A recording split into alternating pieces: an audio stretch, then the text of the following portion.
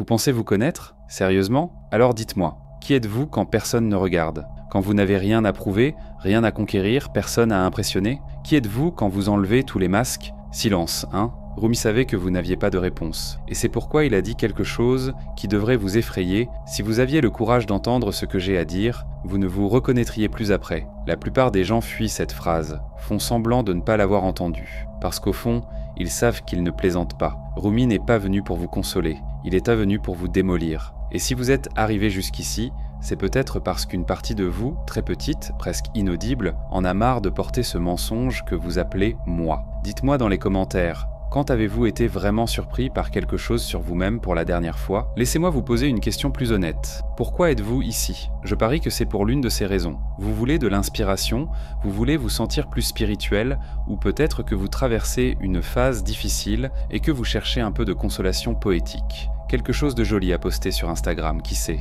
C'est ça, non? Eh bien, vous êtes au mauvais endroit. Rumi n'est pas du self-help avec un turban. Ce n'est pas de la philosophie de comptoir déguisée en mysticisme. Et ce n'est définitivement pas le type qui va vous taper dans le dos et vous dire que tout va bien. Rumi, c'est le type qui va vous regarder dans les yeux et vous dire « Tout ce que vous croyez sur vous-même est un mensonge. Et je vais le prouver. Il n'est pas venu pour vous réconforter. Il est venu pour vous déranger tellement que vous ne pourrez plus dormir en paix avec vos propres illusions. Vous voulez toujours continuer? Parce qu'à partir d'ici, il n'y a pas de retour. Une fois que vous écoutez vraiment Rumi, pas le lire, pas le citer, pas le poster, mais que vous l'écoutez pour de vrai, quelque chose en vous se brise et il n'y a pas de réparation. Vous allez sortir d'ici différent, peut-être pas meilleur, peut-être pas plus heureux, mais définitivement pas le même. C'est votre dernière chance de partir, de retourner à votre vie confortable, vos certitudes chaleureuses, votre identité bien organisée. Non? Alors venez. Mais ne dites pas que je ne vous ai pas prévenu. Hier, j'étais intelligent. Je voulais changer le monde. Aujourd'hui, je suis sage. Je veux me changer moi-même. Cette phrase de Rumi semble belle, non? Presque réconfortante. Le genre de choses que vous lisez et que vous pensez. Que c'est profond, que c'est mature. Et vous continuez votre vie. Mais attendez, avez-vous vraiment compris ce qu'il a dit? Il ne parle pas de développement personnel. Il ne suggère pas que vous fassiez un cours de méditation ou que vous commenciez une thérapie. Rumi vous dit quelque chose de beaucoup plus radical. Vous devez admettre que vous ne savez rien du tout sur vous-même. Et ça fait mal, parce que nous construisons toute notre vie sur l'illusion que nous nous connaissons. Je suis comme ça, je ne suis pas du genre à faire ça, je réagis toujours de cette façon. Vous avez un manuel d'instruction sur vous-même, non? Une liste de goûts, de peurs, de valeurs, de rêves, une identité bien rangée. Rumi regarde ça et rit. Pas un rire cruel, mais un rire de celui qui sait que vous jouez à la poupée avec quelque chose qui n'existe même pas. Vous connaissez ces moments où vous vous surprenez à faire quelque chose de complètement hors de votre norme, quand vous agissez d'une façon que vous n'attendiez pas, quand vous ressentez une colère que vous ne saviez pas avoir ou une tendresse qui vous prend par surprise. Ces moments sont des fissures dans le miroir. Et Rumi est là pour prendre un marteau et finir le travail. Et vendez votre intelligence et achetez de la perplexité, dit-il dans un autre vers. En traduction, arrêtez de faire semblant de comprendre les choses, arrêtez de faire semblant de vous comprendre. Mais nous résistons, bien sûr que nous résistons. Parce que si je ne suis pas qui je pense être, alors qui diable suis-je? Si ma personnalité n'est qu'une fantaisie bien élaborée, si mes goûts sont des conditionnements, si mes peurs ne sont que des programmations, alors qu'est-ce qui reste? Rien. Et c'est exactement là que Rumi veut vous emmener. Au rien. Au vide complet de tout ce que vous pensiez sur vous-même. Vous savez pourquoi c'est si effrayant? Parce que nous ne sommes pas seulement attachés à notre identité, nous sommes notre identité, ou du moins nous le pensons. Enlevez-nous ça et c'est comme si nous mourions. Et peut-être que c'est exactement ça. Peut-être que vous devez mourir un peu pour découvrir qui vous êtes vraiment, ou s'il y a quelqu'un là-dessous, sous toutes ces couches de « je sais qui je suis ». Rumi ne plaisante pas quand il dit que vous ne vous reconnaîtrez plus après. Il parle littéralement, parce que le « vous » que vous connaissez est une création de votre esprit, une histoire que vous vous racontez pour ne pas devenir fou face au mystère d'exister. Mais et si vous aviez le courage de lâcher cette histoire, d'arrêter de vous expliquer, de vous définir, de vous limiter avec ces boîtes d'identité? Qu'est-ce qui se passerait? Vous découvririez qu'il y a quelque chose de beaucoup plus grand, beaucoup plus réel, beaucoup plus vivant derrière tous ces masques, quelque chose qui n'a pas besoin d'être défini, expliqué ou compris pour exister. Quelque chose qui simplement est. Et ça, mon ami, c'est le premier miroir qui se brise. Le miroir de l'illusion de se connaître. Prêt pour le suivant? Vendez votre intelligence et achetez de la perplexité. Maintenant que le premier miroir s'est brisé en 1000 morceaux, vous ressentez probablement quelque chose d'étrange, un mélange de soulagement et de panique. Comme si une partie de vous disait « enfin », tandis qu'une autre crie « attends, arrête ça ». Bienvenue au cœur de l'ouragan. C'est l'endroit où Rumi aime le plus vous rencontrer. Pas quand vous êtes en sécurité dans vos certitudes, ni quand vous êtes déjà arrivé de l'autre côté transformé. Mais exactement ici, dans ce moment chaotique où vous ne savez plus qui vous êtes, mais où vous n'avez pas encore découvert qui vous pourriez être. C'est ici que les choses deviennent vraiment laides, parce que quand vous commencez à questionner votre identité, vous ne pouvez pas vous arrêter. C'est comme tirer sur un fil, d'un pull. Un moment, vous ajustez une petite chose, le suivant, vous tenez un tas de laine déroulée et vous pensez « qu'est-ce que j'ai fait ?» Rumi le sait, et il n'a pas pitié de vous.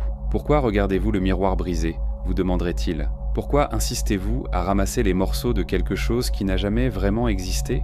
Mais c'est ce que nous faisons, non ? Quand notre image de soi commence à s'effondrer, nous courons après les morceaux. Non, non, je suis encore cette personne organisée. J'ai encore le contrôle sur ma vie. Je sais encore ce que je veux, ce que je... Mensonge. Tous. La vérité, c'est que vous n'avez jamais eu le contrôle de rien du tout.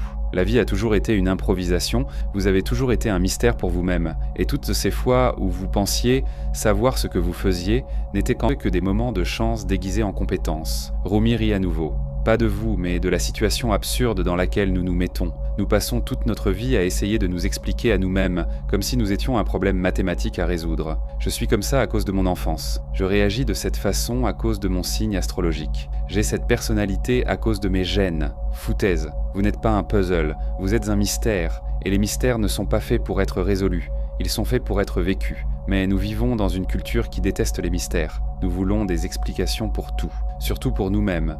C'est pourquoi nous inventons des thérapies, des tests de personnalité, des cartes astrales, l'ennéagramme, n'importe quoi qui nous donne l'illusion que nous nous connaissons mieux. Rumi prend toute cette nécessité de s'expliquer et la jette par la fenêtre. « Vous voulez vous connaître ?» demande-t-il. Alors arrêtez de penser que vous pouvez vous connaître, arrêtez de chercher des réponses sur qui vous êtes, arrêtez d'essayer de vous ranger dans des catégories. Et faire quoi alors ? Demandez-vous, déjà un peu désespéré. « Vivez », répond-il. Simplement, vivez, sans explication, sans justification, sans besoin de comprendre. Mais c'est terrifiant pour nous, occidentaux accros à la rationalité. Comment vivre sans comprendre ? Comment agir sans savoir pourquoi ? Comment exister sans avoir un récit cohérent sur qui nous sommes ? C'est ici que la plupart des gens abandonnent. Ils retournent en courant à leurs identités connues, leurs explications confortables, leurs petites certitudes. Il doit y avoir un juste milieu, pense-t-il. Une façon de grandir sans perdre complètement le contrôle. Il n'y en a pas. Rumi est radical parce que la transformation réelle est radicale. Il n'existe pas de « un peu transformé ». Ou vous sautez dans l'abîme, ou vous restez sur le bord en faisant semblant d'être courageux. Et l'abîme, c'est ça. Accepter que vous ne savez pas qui vous êtes, que vous ne l'avez jamais su, et que vous ne le saurez peut-être jamais. Accepter que toute cette quête d'autoconnaissance n'est peut-être qu'une façon sophistiquée d'éviter la vérité. Quelle vérité ? Que vous êtes un mystère ambulant. Une force de vie qui se manifeste à travers un corps, un esprit, une histoire, mais qui est beaucoup plus grande que tout ça réuni. Quelque chose qui ne peut être capturé par aucune définition, aussi élaborée soit-elle. Vous le ressentez parfois, non ? Dans les moments où vous êtes complètement présent, complètement vivant, complètement connecté à ce qui se passe maintenant. À ces moments-là, vous ne pensez pas à qui vous êtes. Vous êtes simplement. C'est le cœur de l'ouragan.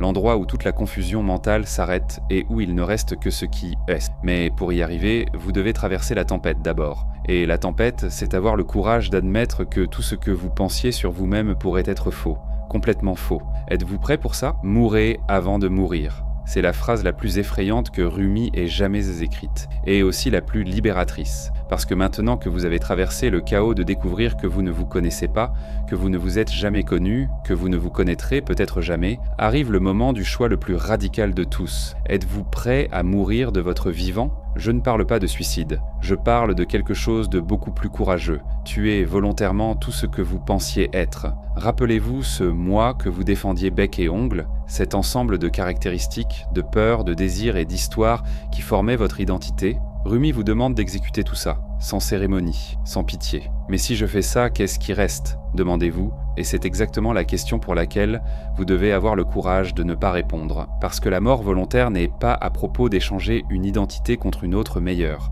Ce n'est pas à propos de renaître en une version améliorée de vous-même. C'est à propos de découvrir ce qui existe quand il n'y a plus de vous. La plupart des gens, quand ils parlent de transformation, veulent te dire « je veux être la meilleure version de moi-même ». Rumi regarde ça et secoue la tête. Non, dit-il, vous devez arrêter d'être n'importe quelle version de vous-même. C'est complètement différent de tout ce qu'on nous a enseigné sur le développement personnel, non? On nous vend l'idée que nous pouvons nous transformer en gardant un noyau essentiel intact.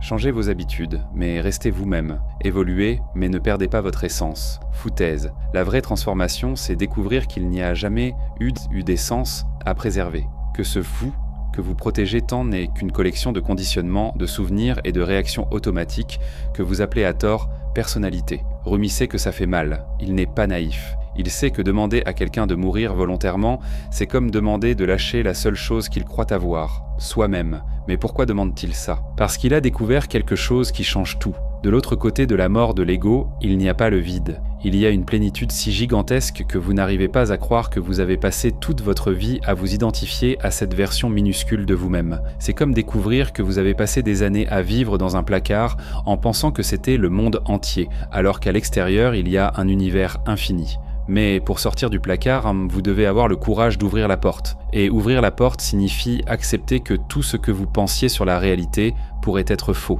La mort volontaire, c'est ça. La disposition à lâcher toutes vos références, toutes vos certitudes, tous vos points d'appui et à plonger dans l'inconnu complet. Mais comment vais-je vivre sans savoir qui je suis? Insistez-vous.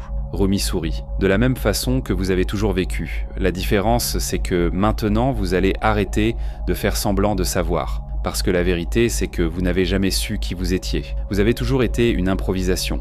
La vie a toujours été une danse dans le noir. La différence, en même temps, c'est que avant, vous aviez besoin de l'illusion de contrôle pour ne pas devenir fou de peur. Maintenant, vous découvrez que vous pouvez danser sans connaître les pas. Vous pouvez vivre sans savoir qui vous êtes. Vous pouvez aimer sans comprendre l'amour. Vous pouvez exister sans besoin de vous expliquer. C'est la mort dont parle Rumi. La mort de la nécessité de se définir, de se limiter, de s'expliquer. La mort de la compulsion d'avoir une identité fixe dans une réalité qui change à chaque seconde. Et quand vous mourrez de cette façon, volontairement, consciemment, courageusement, quelque chose d'extraordinaire se produit. Vous réalisez que vous n'avez jamais eu besoin de vous accrocher à ce « moi » minuscule. Qu'il y a quelque chose de beaucoup plus grand, beaucoup plus réel, beaucoup plus vivant qui opère à travers vous. Quelque chose qui n'a pas besoin de nom, pas besoin d'histoire, pas besoin d'explication. Quelque chose qui simplement est. Et ce qui est, ce n'est pas vous, au sens où vous avez toujours compris ce mot. C'est beaucoup plus grand que ça. C'est la force même de l'existence qui se manifeste à travers ce que vous appeliez votre vie. Mais pour découvrir ça, vous devez avoir le courage de lâcher complètement la version petite de vous-même.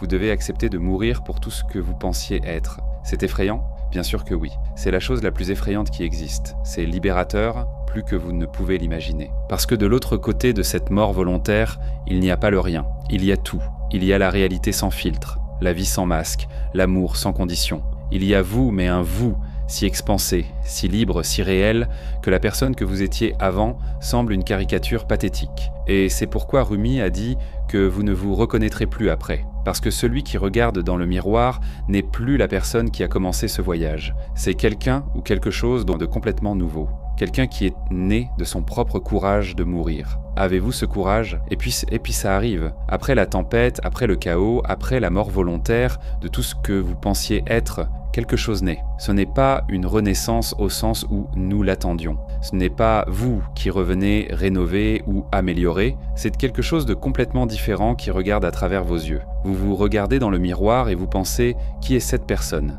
Mais ce n'est pas avec peur, pas avec désespoir. C'est avec une curiosité presque enfantine, comme si c'était la première fois que vous voyez un être humain. Les mêmes traits physiques, la même histoire de vie, les mêmes souvenirs, mais quelque chose de fondamental a changé. La personne qui regarde en retour ne se définit plus, ne s'explique plus, ne se limite plus, elle est simplement. Et vous réalisez que Rumi n'exagérait pas. Vous ne vous reconnaissez vraiment plus. Pas parce que vous êtes devenu une autre personne, mais parce que vous avez découvert que vous n'avez jamais été une personne au sens fixe que vous imaginiez. Vous êtes quelque chose de beaucoup plus fluide, beaucoup plus vaste, beaucoup plus mystérieux que n'importe quelle définition ne pourrait capturer. Rappelez-vous, quand vous vous réveillez le matin et que la première chose que vous faisiez était de mettre le masque de qui vous étiez. Maintenant, vous vous réveillez et vous... existez simplement. Sans besoin de vous rappeler comment vous devriez être, sans besoin d'activer une personnalité, sans besoin de porter le poids d'être cohérent avec une image de vous-même, c'est une liberté que vous ne saviez pas possible. Vous agissez, mais pas à partir d'un « moi » qui doit maintenir une réputation. Vous ressentez, mais vous n'avez pas besoin que les sentiments fassent sens avec votre personnalité. Vous vivez, mais sans la nécessité compulsive que votre vie raconte une histoire cohérente sur qui vous êtes. Et puis vient la partie la plus étrange. Les gens autour de vous commencent peut-être à remarquer. Ils ne peuvent pas expliquer exactement quoi, mais il y a quelque chose de différent. Certains deviennent des mal à l'aise, votre liberté réveille leur prison. D'autres deviennent curieux, ils sentent l'odeur de la vérité et veulent y savoir comment y arriver. Vous essayez d'expliquer, mais comment expliquer quelque chose qui ne peut être que vécu ? Comment parler de la mort de l'ego à quelqu'un qui est encore complètement identifié au sien ? C'est comme essayer de décrire la couleur bleue à quelqu'un qui est né aveugle. Alors vous arrêtez d'essayer d'expliquer, vous arrêtez d'essayer de convertir qui que ce soit, vous arrêtez d'essayer d'être un exemple de quoi que ce soit. Vous vivez simplement cette nouvelle réalité, sachant qu'elle est si particulière, si intime, si impossible à transmettre que toute tentative serait une trahison. Mais il y a une chose que vous ne pouvez pas arrêter de faire, remercier. Remercier Rumi d'avoir eu le courage de dire la vérité, même en sachant que la plupart des gens fuiraient devant elle. Remercier pour la provocation initiale qui vous a amené jusqu'ici. Remercier pour ne pas avoir menti sur le prix de la transformation. Parce que maintenant vous comprenez, il n'y a pas de chemin de retour. Une fois que vous mourrez pour qui vous pensiez être, une fois que vous découvrez la liberté de ne pas vous définir, une fois que vous goûtez à l'existence pure, vous ne pouvez plus faire semblant d'être juste une personne avec des problèmes à résoudre. Vous êtes quelque chose de beaucoup plus grand qui joue à être humain pendant quelques décennies. Et ce jeu, vous découvrez, est sacré. Pas parce qu'il a un but grandiose, mais également parce qu'il n'en a pas. Il est sacré par sa gratuité absolue, par son absence totale de sens, par sa beauté complètement inutile. Vous riez. Vous riez de toutes les fois où vous avez essayé de vous trouver, de vous connaître, de vous réaliser. Vous riez de toutes les crises existentielles, de tous les questionnements profonds, de toutes les quêtes spirituelles. Ce n'est pas un rire cruel, c'est un rire de reconnaissance. Comme quand vous comprenez enfin une blague qui a pris des années à être comprise. La blague, c'est celle-ci. Vous avez toujours été libre, toujours complet, toujours exactement ce que vous cherchiez. Toute la quête était inutile, mais elle devait être faite, parce que ce n'est qu'après avoir cherché dans tous les mauvais endroits que vous développez la capacité de reconnaître quand vous arrivez enfin chez vous. Et chez vous n'est pas un lieu, pas un état, pas une réalisation. Chez vous, c'est ce que vous avez toujours été quand vous avez arrêté d'essayer d'être quelque chose. Rumi le savait depuis le début. C'est pourquoi il n'est pas venu vous enseigner qui vous êtes. Il est venu vous enseigner qui vous n'êtes pas. Et quand vous arrêtez enfin d'être qui vous n'êtes pas, ce qui reste n'a pas besoin de nom. Il reste la vie vivant à travers vous. Il reste l'amour aimant à travers vous. Il reste l'existence existant à travers vous. Et vous, le vrai vous, pas celui qui est mort volontairement, êtes enfin en paix. Une paix qui ne dépend pas des circonstances, qui n'a pas besoin de motifs, qui n'a pas peur d'être perturbée. La paix de celui qui a enfin arrêté de porter le fardeau impossible d'être quelqu'un. Alors quand quelqu'un vous demande qui vous êtes, vous souriez. Et vous ne répondez pas. Parce que la meilleure réponse à cette question est une vie vécue sans besoin de répondre. Rumi avait raison. Vous ne vous reconnaissez vraiment plus. Et il n'a jamais été aussi bon d'être un complet étranger pour soi-même. Maintenant, dites-moi, avez-vous eu le courage d'écouter jusqu'au bout? Et plus important, êtes-vous prêt à ne plus vous reconnaître,